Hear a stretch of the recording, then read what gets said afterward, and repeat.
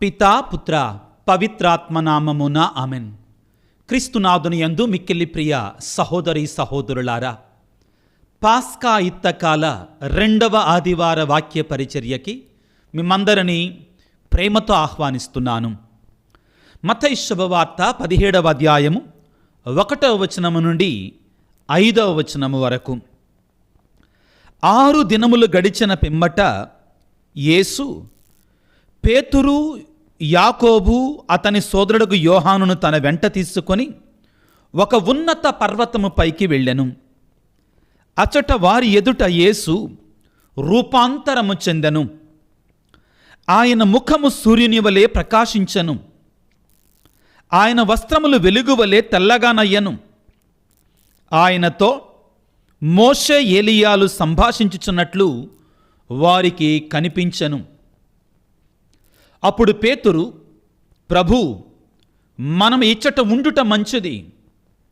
నీ అనుమతి అయినచో నేను నీకు, మోషేకు, ఏలియాకు 3 శిబిరములు నిర్మింతుము అని పలికెను.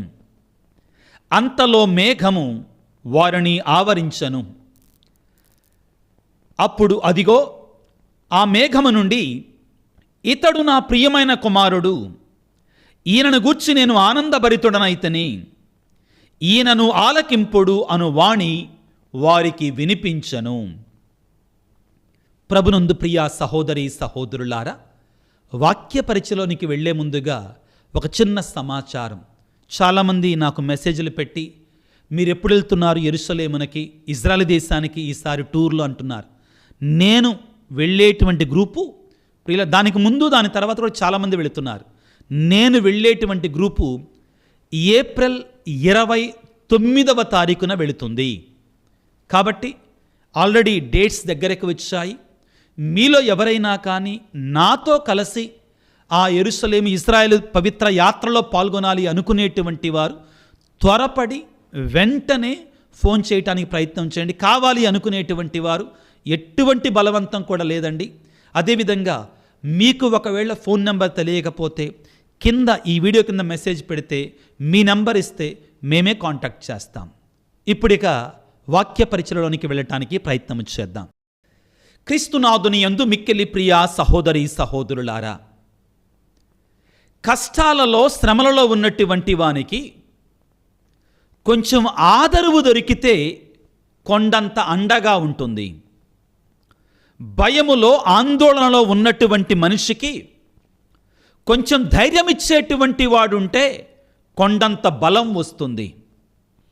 ప్రియులారా, పాస్కా యుద్ధకాలములో, శ్రమల కాలములో సుమారుగా 10 రోజుల పాటు మనం గడిపినటువంటి మనకి ఈనాడు యేసు ప్రభువు తన దివ్య రూపాన్ని చూపించి, తన దైవత్వాన్ని చూపించి మనందరికీ కూడా ఈ శ్రమల కాలములో ఒక గొప్ప సందేశాన్ని ఇస్తున్నారు. ఏమిటి అంటే, ఈ శ్రమల కాలములో, ఈ పాస్కా యుద్ధ కాలములో ఉపవాసము, ప్రార్థన, దాన ధర్మాల ద్వారా శిలువ మార్గాన్ని అనుసరిస్తూ, ఉపవాసము చేస్తూ నన్ను అనుసరిస్తున్న, నా శిలువ మార్గాన్ని అనుసరిస్తున్న ప్రియమైన బిడ్డ, ఈ శ్రమలు, ఈ కష్టాలు, ఈ వేదనలు శాశ్వతము కాదు. నన్ను చూడు, నా వైపు చూడు. ఈనాడు నేను నా దైవత్వాన్ని, నా దైవ మహిమని నేను మీకు చూపిస్తున్నాను. ఈ శ్రమలనేటువంటివి నిన్ను మహిమలోనికి నడిపిస్తాయి. ఈ శ్రమలు వాటంతటవి ముగింపు కాదు. శిలువ మరణం అనేటువంటి ముగింపు కాదు.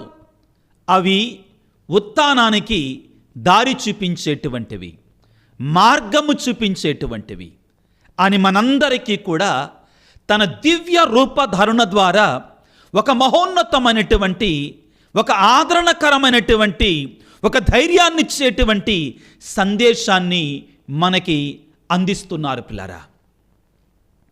ఒక పట్టణములో ఒక పేద యువతి 10 ఇళ్లల్లో పని చేసుకొని బ్రతుకుతుంది. భర్త చనిపోయాడు. రెక్కాడితే కానీ డొక్కాడేటువంటి పరిస్థితి. అటువంటి పరిస్థితులలో కూడా తనకున్నటువంటి ఒకే ఒక కుమారుణ్ణి మంచి స్కూల్లో చేర్పించి బాగా చదివిస్తుంది. ఆ పిల్లవాడు కూడా తెలివైనటువంటి వాడు. దేవుడు ఆ కుమారుణ్ణి జ్ఞానముతో నింపాడు. 5వ తరగతి, 6వ తరగతి, 7వ తరగతి. ఆ తల్లి ఇంకా ఎక్కువగా కష్టపడుతుంది, ఇంకా ఎక్కువగా శ్రమ పడుతుంది. ఆ ఇళ్లల్లో ఆ పాచి పని చేసుకొని తన శరీరాన్ని ముక్కలు చేసుకుంటుంది. ఒకానొక రోజున ఆ తల్లి పని చేస్తున్నటువంటి ఒక డాక్టర్ గారి ఇంటిలో చెమటల కక్కుతూ పని చేస్తుంటే ఆ డాక్టర్ గారు జాలిపడి ఈ విధంగా అన్నాడు, దేనమ్మా, ఇంకా ఎన్నాళ్ళమ్మా, ఎందుకు నువ్వు ఇంత చేసి కష్టపడతావు? కొన్నిళ్ళు తగ్గించుకోవచ్చు కదా, ఇంత భారంగా ఎందుకు కష్టపడుతున్నావు? కొద్దిగా శ్రమ తగ్గించుకోమ్మా, నీకు మంచిది కాదు తల్లి అనని మంచి హృదయముతోటే ఆ డాక్టర్ గారు అన్నాడు. పనిచేస్తున్నటువంటి ఆ దీనమ్మ ఆ డాక్టర్ గారి కళ్ళు చూస్తూ కళ్ళు మిరిమిట్లు కొలుపుతూ సంతోషముతో ఆనందముతో నిండినటువంటి ముఖముతో ఆ డాక్టర్ గారితోటి ఈ విధంగా అన్నది, అయ్యా ఇంకెన్నాళ్ళయ్యా, ఒక్క 10 సంవత్సరాలు నేను ఈ విధంగా కష్టపడితే చాలు, నా కొడుకు కూడా మీలాగా ఒక డాక్టర్ అవుతాడు, నా కుమారుడు కూడా ఆయన ఒక ఉన్నతమైన స్థితికి చేరుకుంటాడయ్యా, నా కుమారుడు కూడా నన్ను పువ్వుల్లో పెట్టి చూసుకుంటాడు, ఉన్నతమైన స్థితికి చేరుకుంటాడు, నా కుమారుడు నాలాగా కష్టపడకూడదయ్యా, నాలాగా శ్రమల పాలు కాకూడదు, వాడు అక్కడ జీవించాలయ్యా అని కండ్లు మిరిపిట్లు కొలుపుకుంటూ చెప్పింది. చెబుతూ అన్నది, అయ్యా నా కొడుకు క్లాస్ ఫస్ట్ అంటయ్యా, మాస్టర్లందరూ చెప్తున్నారు, వాడు ఖచ్చితంగా అనుకున్నది సాధిస్తాడంటయ్యా, ఖచ్చితంగా వాడు డాక్టర్ అవుతాడు. వాడు పొందేటువంటి ఆ యొక్క గొప్ప స్థితితోటి పోల్చుకుంటే, వాడు పొందబోయేటువంటి ఆ గొప్ప ఉద్యోగంతో పోల్చుకుంటే ఈ శ్రమలు ఏ పాటివయ్యా, ఈ కష్టాలు ఏ పాటివయ్యా అనని అంత శ్రమలో కూడా చెమటలు కక్కుతూ కూడా డాక్టర్ గారితోటి చెప్పటం జరిగింది. వెంటనే డాక్టర్ అన్నాడు, అమ్మా నీ ఆలోచన మంచిది, దేవుడు తప్పనిసరిగా నీ ఆలోచనను దీవిస్తాడమ్మా, నీ ఆలోచనని ఆశీర్వదిస్తాడు అని చెప్పి, ఆయన ఒక మంచి మనిషి కాబట్టి నా వంతు సహాయాన్ని నీ కుమారుడిక చదువుల కోసం నేను కూడా అందిస్తానమ్మా అని చెప్పగానే ఆ తల్లి ఆ డాక్టర్ గారి కాళ్ళకి నమస్కారం చేసి సంతోషముతో మరలా తన శ్రమని తాను ముందు కొనసాగించింది.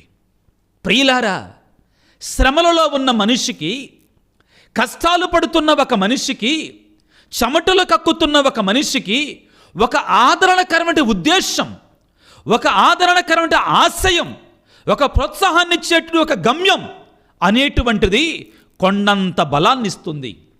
ఆ శ్రమలు, ఆ కష్టాలు, ఆ బాధలు అన్నిటినీ మరిచిపోయేటట్లుగా చేస్తుంది. ప్రియులారా, ఈనాడు యేసు ప్రభు ప్రియులారా, ఇదిగో ఆ తాబోరు పర్వతం మీద దివ్య రూపధారణ పొందినటువంటి తన శిష్యుల ముందు, పేతురు, యోహాను, యాకోబుల ముందు తన దైవత్వాన్ని, తన దైవ మహిమని, తన పరలోక మహిమని శిష్యులకు చూపించి ఏమి నేర్పిస్తున్నాడు మనకి? ఈ శ్రమల కాలములో, ఈ పాస్కాయుత కాలంలో ప్రియమైన బిడ్డ, నా శ్రమలను నువ్వు ధ్యానిస్తున్నావు కదా, నీ పాపాల కొరకే నీవు పశ్చాత్తాపపడుతున్నావు కదా, అదేవిధంగా నీ సిలువను ఎత్తుకొని నన్ను అనుసరిస్తున్నావు కదా, ఈ శ్రమలు అంతము కాదు, ఇవి పరలోక భాగ్యానికి. ఇదిగో నువ్వు చూడు, నాలో నా మహిమను చూడు, నా వెలుగును చూడు, నా దైవత్వాన్ని చూడు, ఈ మహిమని నేను నీకు కూడా ఇస్తాను, నువ్వు కూడా పొందుకుంటావు. పౌలు గారు రోమపత్రికలో పలికినట్లుగా మనము క్రీస్తు శ్రమలలో పాలు పంచుకున్నట్లయితే ఆయన మహిమలో కూడా పాలు పంచుకుంటాం, ఆయనకి పరలోక మహిమలో కూడా మనం పాలు పంచుకుంటాం. ప్రియులకు దేవుని బిడ్డలారా, ఇదిగో మత్తయి శుభవార్త 17వ అధ్యాయము 1వ వచనము నుంచి మనం చదువుకుంటే, యేసు ప్రభువు 3 శిష్యులను తీసుకొని తాబోరు పర్వతం మీద వెళ్ళి అక్కడ తన దైవత్వాన్ని తన శిష్యుల ముందు ప్రదర్శిస్తున్నాడు. అదేవిధంగా పాత నిబంధనలో ధర్మశాస్త్రానికి, ప్రవక్తల ప్రబోధానికి, ప్రవచనానికి గుర్తుగా ఉన్నటువంటి ఇద్దరు మహాగొప్ప ప్రవక్తలైనటువంటి మోషే, ఏలియాలు వచ్చి యేసు ప్రభువుతో సంభాషిస్తున్నాడు. ప్రియులారా, మొదటిగా ఈ రోజున మనందరం ప్రశ్నించుకోవలసింది ఏమిటి అంటే, అసలు యేసు ప్రభువు తన దైవత్వాన్ని ఎందుకు ప్రదర్శించాడు? రూపాంతరం ఎందుకు చెందాడు? దివ్య రూపధారణ ఎందుకు ధరించాడు శిష్యుల ఎదురుగా? ఈనాటి వాక్యాన్ని కొంచెం కూలంకుశంగా, ఆత్మీయంగా, లోతుగా ధ్యానం చేయడానికి ప్రయత్నం చేద్దాం. ఏమంటుందండి ఈనాటి సువిశేషము? మత్తయి శుభవార్త 17వ అధ్యాయము 1వ వచనము. 6 దినములు గడిచిన పిమ్మట యేసు పేతురును, యాకోబును, అతని సోదరుడు యోహానును తన వెంట తీసుకొని ఒక ఉన్నత పర్వతము పైకి వెళ్ళెను.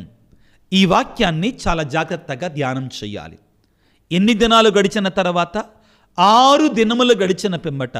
6 దినాలు గడిచిన తర్వాత ఎన్నో రోజు వస్తుందండి? 7వ దినము. ప్రియులారా, బైబిలులో వాడబడినటువంటి దినాల సంఖ్య ఎక్కడ వాడినా కానీ చాలా ముఖ్యమైనటువంటి సంఖ్య. ఉదాహరణ, 40 దినాల పాటు యేసు ప్రభు ఉపవాసం ఉన్నాడు. మోషే దేవుని యొక్క సన్నిధిలో ఉన్నాడు. ఇశ్రాయేలు ప్రజలు ప్రియులారా ఇదిగో ఎడారిలో ప్రయాణము చేశారు. అదేవిధంగా నోవా కాలంలో జలప్రళయం జరిగింది. అదేవిధంగా ఏలియా ప్రవక్త 40 దినాల పాటు ప్రయాణము చేసి దేవుని సన్నిధిని చేరుకున్నాడు. ప్రియులకు దేవునిలారా, నినివే ప్రజలందరూ కూడా 40 దినాల పాటు ఉపవాసం ఉండి దేవుని కృపను పొందుకున్నారు. అదేవిధంగా 3 అనే సంఖ్య కూడా చాలా ముఖ్యమైనటువంటిది. యోహాను సువార్త 2వ అధ్యాయములో 2 దినములు గడిచిన పిమ్మట అని ఉంటుంది. 2 దినాలు గడిచిన తర్వాత ఏ రోజు వస్తుందండి? 3వ దినం వస్తుంది. ఎందుకు 3వ రోజున యేసుప్రభు అద్భుతాన్ని చేస్తున్నాడు అంటే, ఒక నూతన సృష్టికి పునాది. ప్రియులకు దేవునిలారా, మొదటి రోజున యేసుప్రభు దేవుడు సృష్టినంతటిని కలుగజేశాడు. 2వ రోజున మానవాళి పాపములో పడిపోయింది. 3వ రోజున మానవాళిని ఆయన ఇదిగో జీవంతో నూతన సృష్టిగా మారుస్తున్నాడు. 3 దినాలు అంటే పిల్లరా సృష్టి, మానవునిక పతనము, 3వ రోజు పునర్ సృష్టి. అది యేసయ్య సృష్టి. ప్రతి వాక్యానికి, ప్రతి సంఖ్యకి కూడా పరమార్థం ఉంది. ఇదిగో 6 దినములు గడిచిన పెదప ఏ రోజు వస్తుందండి? 7వ రోజు. దేవుడు ప్రియులారా ఆదికాండం 1వ అధ్యాయము 1 నుండి చివరి వరకు చదువుకుంటే 6 దినాలు కష్టపడ్డాడు, సృష్టిని తయారు చేశాడు. కానీ 7వ రోజున ఏం చేశాడు? విశ్రాంతి తీసుకున్నాడు. అది దేవుని దినముగా ఆయన ఏర్పాటు చేశాడు. 7వ రోజు దేవుని సన్నిధికి వెళ్ళేటువంటి రోజు. 7వ రోజు దేవుని దర్శించుకునేటువంటి రోజు. 7వ రోజు దేవుడు మనకు తన దర్శనాన్ని ఇచ్చేటువంటి రోజు. ప్రియులకు దేవుడు తను మనకు ప్రత్యక్షపరచుకునేటువంటి రోజు. ప్రియులకు దేవుని బిడ్డలారా, నిర్గమకాండములో ఒక మాట ఉంటుంది. బైబిల్ ఉన్నటువంటి వారు తెలిసి చదువుకోండి పిల్లారా. ఇదిగో నిర్గమకాండము 24వ అధ్యాయము 6వ వచనాన్ని జాగ్రత్తగా చదువుకోవటానికి ప్రయత్నం చేద్దాం. ప్రియులకు దేవుని బిడ్డలారా, నిర్గమకాండము 24వ అధ్యాయము 6వ వచనాన్ని చదువుకోవటానికి ప్రయత్నం 16వ వచనాన్ని చదువుకుందాం పిల్లారా. యావే తేజస్సు సీనాయి కొండ మీద నిలబడెను. దేవుని దగ్గర, సీనాయి కొండ దగ్గర దేవుడు ఇశ్రాయేలు ప్రజలతో మాట్లాడటానికి మొదట మోషే ప్రవక్తతో మాట్లాడుతున్నాడు. జాగ్రత్తగా ఆలకించండి. యావే తేజస్సు సీనాయి కొండ మీద నిలిచెను. 6 రోజుల పాటు మెయిలు కొండను కమ్మెను. మేఘాలు కొండను కమ్మాయి. తరువాత 7వ నాడు యావే మేఘము నుండి మోషేను పిలిచెను. జాగ్రత్తగా ఆలకించండి. 6 దినాల పాటు కొండని దేవుని యొక్క తేజస్సు కప్పి ఉంచింది. 7వ రోజున దేవుని యొక్క ప్రత్యక్షత మోషేకి, ఆ స్వరము ప్రజలకి వినబడుతుంది. 7వ రోజు దేవుని యొక్క దర్శనాన్ని పొందుకునేవ రోజు. ఈ సందర్భంగా మీకు భౌగోళికమైనటువంటి వివరణ కూడా ఇవ్వాలి. నేను ప్రియులరా ఇశ్రాయేలు దేశం ఇప్పటికి 3 సార్లు వెళ్ళాను. రేపు ఏప్రిల్ నెల 29వ తారీఖున ఈ 2026వ సంవత్సరం మరొకసారి వెళ్ళబోతున్నాను పిల్లరా. మీరందరూ గమనించాల్సింది ఏమిటి అంటే, తాబోరు పర్వతం, యేసయ్య ఎక్కినట్టు ఆ పర్వతం అంత సామాన్యమైనటువంటిది కాదండి.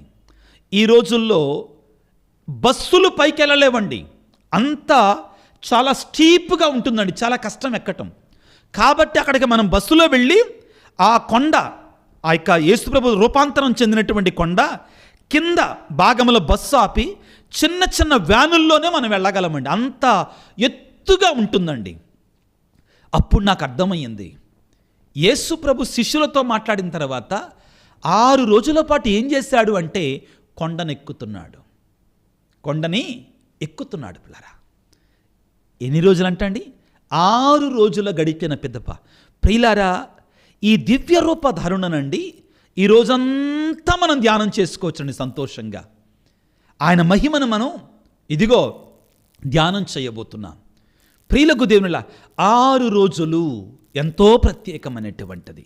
దీన్ని మనందరం గుర్తుంచుకోవాలి. దేవుని మహిమని, దేవుని వెలుగును, దేవుని ప్రత్యక్షతని మనము పొందుకునేటువంటిది అని మనందరం గుర్తుంచుకోవాలి. ఇక్కడ ప్రియులారా 6 దినములు గడిచిన పిదప యేసు ఒక ఎత్తైన పర్వతం మీదకి వెళ్ళాను, ఉన్నతమైన పర్వతం మీదకి వెళ్ళాను. జాగ్రత్తగా ఆలకించండి, ఉన్నతమైన పర్వతము. ఎందుకని ప్రియులారా, బైబిలు భాషలో ఉన్నతమైన పర్వతాలు దైవ దర్శనాన్ని పొందుకునేటువంటి స్థలాలుగా మనకు దర్శనమిస్తాయి. దేవుని యొక్క సాన్నిధ్యాన్ని చూసేటువంటి స్థలాలుగా మనకి దర్శనమిస్తాయి. ఉదాహరణకి ప్రియులకు దేవునిలా నిర్గమకాండము 19వ అధ్యాయం 20వ వచనములో సీనాయి పర్వతం మీద దేవుడు ఇశ్రాయేలు ప్రజలకు దర్శనాన్ని, పర్వతము పైన దేవుడు దర్శనాన్ని ఇవ్వటాన్ని మనం చూస్తాం. ఇప్పుడు మీరు ఒకవేళ ఇశ్రాయేలు టూరుకి వెళితే ప్రియులారా, ఆ యొక్క మండుచున్న పొద దగ్గర ఆ సీనాయి కొండ పైకి ఎక్కటానికి అందరి వల్ల కాదండి.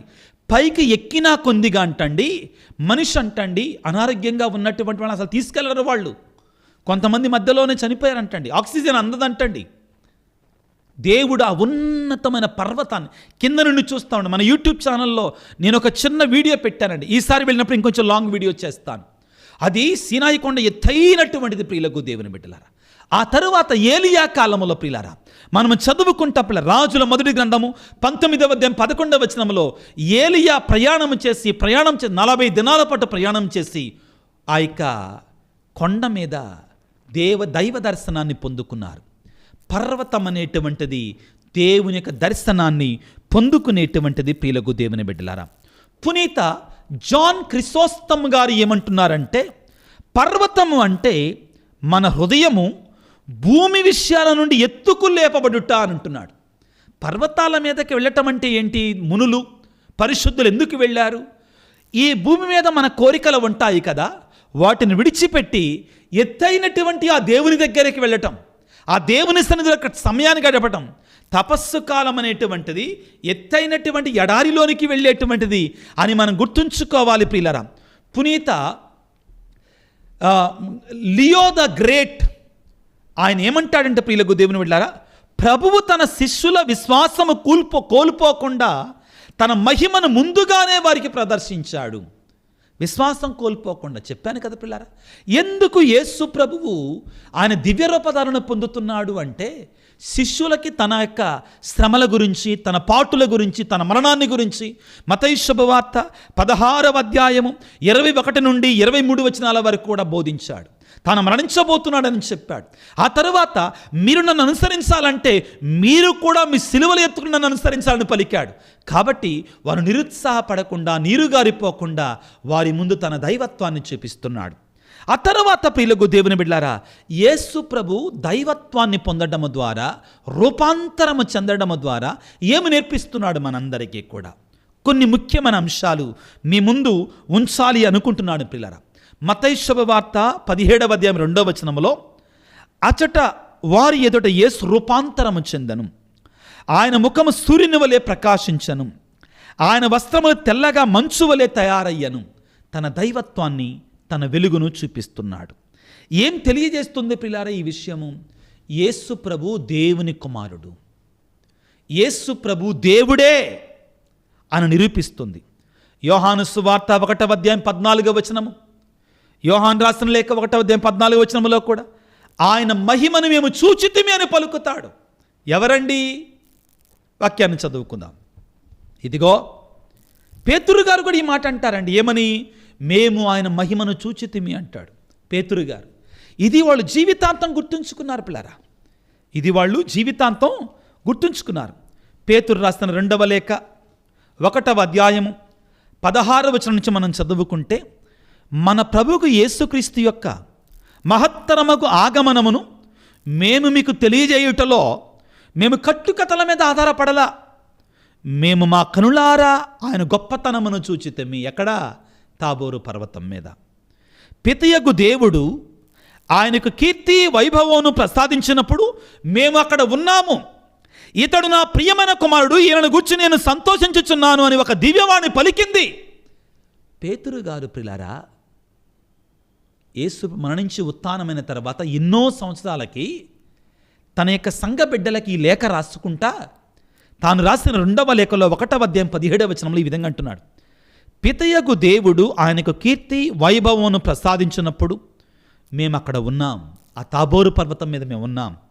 ఇతడు నా ప్రియమైన కుమారుడు, ఇతడును చూచి నేను ఆనందించుచున్నాను అని ఒక దివ్యవాణి పలికినప్పుడు మేము విన్నాం, మేము చూసాం. కాబట్టి మా కళ్ళారా చూసాం. ఇది శిష్యులకి ధైర్యాన్నిచ్చింది. చివరిగా ఏమంటాడంటే, పవిత్రమగు పర్వతమున ఆయనతో ఉన్నప్పుడు మేము ఆ వాణిని వింటిమి. ప్రియులారా, ఎందుకు యేసు ప్రభు దివ్య రూపధారణ పొందాడు, రూపాంతరము చెందాడు, తన దైవత్వాన్ని చూపించాడంటే, ఇదిగో శిష్యుల ముందు, ఇదిగో వాళ్ళకి ధైర్యాన్ని ఇవ్వడానికి, తన యొక్క దైవత్వాన్ని చూపించటానికి, తన నిజంగా దేవుని కుమారుడే అని నిరూపించటానికి. ప్రియులారా, ఇప్పుడు మనం ప్రియులారా ఇంకొంచెం లోతుగా ఈ గొప్ప వాక్యాన్ని ధ్యానం చేయాలి. ప్రియులారా, ఏమిటంట? ఎవరొచ్చారు యేసు ప్రభువుతో ఉండడానికి? చెప్పండి. వాక్యాన్ని చదువుకుంటే మత్తయి శుభవార్త 17వ అధ్యాయం 3వ వచనములో ఆయనతో మోషే ఏలియాలు సంభాషించినట్లు వారికి కనబడ్డారు. ఎవరండి? మోషే, ఏలియా. వీళ్ళిద్దరూ కూడా పరిశుద్ధ బైబిల్ గ్రంథంలో ఒక ప్రత్యేకతను సంతరించుకున్నటువంటి గొప్ప ప్రవక్తలు. ఇశ్రాయేలు ప్రజలకి దేవుడు ధర్మశాస్త్రాన్ని మోషే ప్రవక్త ద్వారా ఇచ్చాడు. ఏలియా ప్రవక్త ప్రియులారా, రోషము కలిగినటువంటి దేవుని పక్షాన పోరాడినటువంటి ప్రవక్తలందరిలో కూడా అగ్రగణ్యుడు. ప్రియులారా, మోషే ఏమంటాడంటే, నా తరువాత దేవుడే నాకంటే గొప్ప ప్రవక్తనిస్తాడు, మీరు ఆయన మాటను ఆలకించండి అంటాడు. ఏలియా కూడా యేసు ప్రభు చేసినట్టు అద్భుతాలు చేశాడు, కానీ అంత గొప్పవి కాదు. అటువంటి రూపంలో, పోలికలో చనిపోయిన వాళ్ళని లేపాడు. ఆకలితో ఉన్నటువంటి వారికి అద్భుత రీతిగా భోజనాన్ని పంచిపెట్టాడు. అద్భుతాన్ని చేశాడు. పిల్లరా, ఏలియా మహా గొప్ప ప్రవక్త. వారిరువురు, ఏలియా చనిపోలా, అగ్ని గుర్రాల రథములో ఆయన పరలోకానికి ఎత్తబడ్డాడు. పిల్లరా, ఇదిగో గమనించండి. నీవు నేను కూడా ఈ మోషే ఏలియాల వలె పరిశుద్ధంగా ఉండగలిగితే, మనము కూడా వాళ్ళిద్దరూ ఏ విధముగా యేసు ప్రభువుతో మాట్లాడారో, నీవు నేను కూడా స్వర్గరాజ్యంలో యేసు ప్రభువుతో ఉంటాం మనకు నిరూపిస్తున్నా. ఇంతకీ వాళ్ళు దేని గురించి మాట్లాడారు? అసలు వాక్యాన్ని వింటే చాలా ముఖ్యమైన మాట పిల్లరా. ఇక్కడ వాళ్ళు దేని గురించి మాట్లాడుతున్నారో చాలా ముఖ్యమైన. వారు ఆ పర్వతం నుండి దిగివచ్చుచుండగా యేసు వారితో, మనుష్య కుమారుడు మృతుల నుండి లేపబడు వరకు ఈ దర్శనముల గురించి ఎవరితో పలకరాదు అని వారు ఆయన వారిని హెచ్చరించారు. దేని గురించి మాట్లాడారు ప్రియులకు దేవుని బిడ్డలారా? ఆయనకి మరణాన్ని గురించి అండి. క్రీస్తు ప్రభు యొక్క మరణాన్ని గురించి, ఉత్థానాన్ని గురించి మోషే ఏలియాలు మాట్లాడుతున్నారు. ఎటువంటి మరణం పొందబోతున్నాడు యేసు ప్రభు, ఏ విధంగా ఉత్థానము కాబోతున్నాడు, దాని గురించి వారు ముగ్గురు ముచ్చడించుకున్నారు ప్రియులకు దేవుని బిడ్డలారా. ఇదిగో ఈ వాక్యం ప్రియులరా చాలా గొప్ప వాక్యం. ఈనాటి వాక్యానికి ముగింపు ప్రియులకు దేవుని బిడ్డలారా ఏమిటి అంటే, మత్తయి శుభవార్త 17వ అధ్యాయము 5వ వచనములో, అంతలో ఒక మేఘము వారిని ఆవరించను, అప్పుడు అదిగో ఆకాశము నుండి ఇతడు నా ప్రియమైన కుమారుడు, ఇతని గూర్చి నేను ఆనందభరితుడనైతిని, ఇతను ఆలకించండి అని పలికాడు. ప్రియులారా, పరలోక తండ్రి తన కుమారునికి సాక్ష్యాన్ని ఇవ్వడం ఇది రెండవసారి. మత్తయి శుభవార్త 3వ అధ్యాయాన్ని మనం చదువుకుంటే, యేసు ప్రభు బాప్తిస్మాన్ని పొందిన తర్వాత నీటి నుండి వెలుపలకు వచ్చినప్పుడు, పరిశుద్ధాత్మను పొందుకున్న తర్వాత అక్కడ కూడా పరలోక తండ్రి యేసయ్య గురించి ఈ మాటలు పలుకుతున్నాడు. మత్తయి శుభవార్త 3వ అధ్యాయం 17వ వచనము. అప్పుడు ఆకాశం నుండి ఒక దివ్యవాణి, ఇతడు నా ప్రియమైన కుమారుడు, ఈయనను గూర్చి నేను ఆనందభరితుడనైతిని అని పలికాను. ఇక్కడ ఆనందభరితుడనైతిని మాత్రమే పలికాడండి మత్తయి శుభవార్త 3వ అధ్యాయం 17వ వచనంలో. కానీ మత్తయి శుభవార్త 17వ అధ్యాయము 5వ వచనంలో మాత్రం ఇతడు నా ప్రియమైన కుమారుడు, ఇతని గురించి నేను ఆనందభరితుడనైతిని పలికి ఇతని ఆలకించండి అని పలికాడు. ఇతని ఆలకించండి అని పలికాడు. ఏమని ఆలకించాలి? ఏమని చెప్తున్నాడు ఆయన? చెప్పాడు ఆయన 16వ అధ్యాయంలో. ఏమని? నేను యెరూషలేమునికి వెళ్ళాలి, ధర్మశాస్త్ర బోధకులు పరిసయ్యుల చేతుల్లో నేను పడాలి, శ్రమలు పొందాలి, మరణించాలి, కానీ 3వ నాడు ఉత్థానమవుతాను నేను అని పలికాడు. అని పలికి ఏమన్నాడండి? మత్తయి శుభవార్త 16వ అధ్యాయము 24వ వచనములో, నన్ను అనుసరింపగోరువారు తన సిలువను ఎత్తుకుని నన్ను అనుసరించాలన్నాడు. ఇతనిని ఆలకించండి. ప్రియ దేవుని బిడ్డ, శ్రమల కాలములో, పాస్కా యుద్ధ కాలములో ఉన్న నీతో తన కుమారుడిని యేసు ప్రభుకి మహిమను చూపించి ఏమంటున్నాడంటే పరలోక తండ్రి, నా కుమారుని ఆలకించు బిడ్డ అంటున్నాడు. ఆ కుమారుని యొక్క వాక్యానుసారంగా అనుసరించు బిడ్డ అంటున్నాడు. నీ సిలువను ఎత్తుకుని యేసయ్యను అనుసరించో, అయితే నువ్వు భయపడవలసిన అవసరం లేదు. ఆయన మహిమను నువ్వు చూచావు కదా. ఈ రోజున శిష్యులు ఆనాడు దర్శించుకున్నారు, ఈ రోజున మనం ధ్యానించుకుంటున్నాం. విశ్వాసముతో మనం చూస్తున్నాం యేసయ్యని. నీ శ్రమలు వృధాగా పోవు, నువ్వు చేస్తున్న త్యాగక్రియలు వృధాగా పోవు, నీ ఉపవాసం వృధాగా పోదు. అది నీకు, నీ కుటుంబానికి, నీ జీవితానికి, నీ బ్రతుకుకి వెలుగునుగా ఉండబోతుంది. నీవు చేస్తున్న ప్రతి ఉపవాసం, నువ్వు మోకరించిన ప్రతిసారి కూడా, నువ్వు చేసిన ప్రతి ప్రార్థన, నువ్వు చేసిన ప్రతి దాన ధర్మము కూడా ప్రియులారా వృధా కాదు.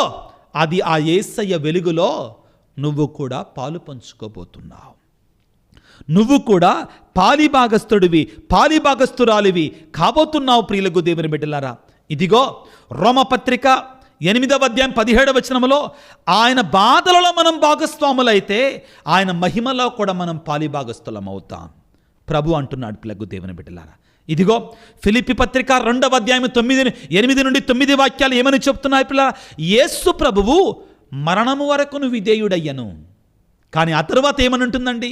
అందువలన, ఫిలిప్పి పత్రిక 2వ అధ్యాయంలో మనం చదువుకుంటామండి, అందువలన పరలోక భూలోక పాతాళలోకముల యందలి సమస్త జీవులను ఆయన నామమునకు వినతులు కావాలి, వినతులు కావాలి. ఎందువలన? ఆయన శ్రమలు పొందడానికి సిద్ధముగా ఉన్నాడు కాబట్టి, ఆయన మరణించడానికి కూడా సిద్ధంగా ఉన్నాడు కాబట్టి. ఏమంటారండి?